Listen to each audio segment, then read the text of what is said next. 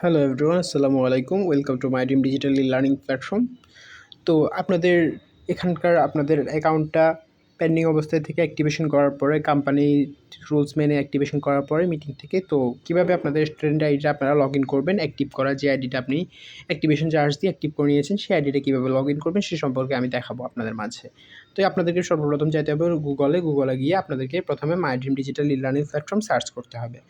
Search করার পর উপরে দেখতে পাচ্ছেন 3 ডটে ক্লিক করতে হবে। 3 ডটে ক্লিক করে আপনি এখান থেকে পেয়ে যাবেন লগইন। লগইনের উপরে ক্লিক করলে আপনার এখান থেকে আসবে যে কীভাবে আপনার স্টুডেন্ট আইডি লগইন করবেন। তো এখানে ইমেইল আর হোয়াটসঅ্যাপ, আপনি যদি হোয়াটসঅ্যাপ নাম্বার ইউজ করে থাকেন অবশ্যই হোয়াটসঅ্যাপ নাম্বারটি বসাবেন এখানে। আর যদি হোয়াটসঅ্যাপ নাম্বার দিয়ে না হয় পরবর্তীতে আপনি ইমেইল ব্যবহার করতে পারেন। তো আমার যেহেতু এখানে ইমেইল ব্যবহার করা, তো অবশ্যই প্রত্যেকে আপনারা হোয়াটসঅ্যাপ নাম্বার দিয়ে চেষ্টা করবেন। আমার এখানে ইমেইল যেহেতু ব্যবহার করা, আমি ইমেইলটা দিয়েই ট্রাই করছি।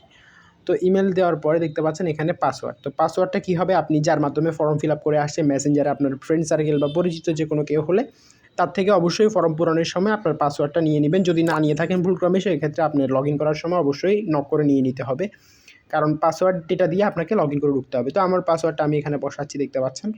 পাসওয়ার্ডটা বসানোর পরে আমাদেরকে ক্লিক করতে হবে লগ ইনে।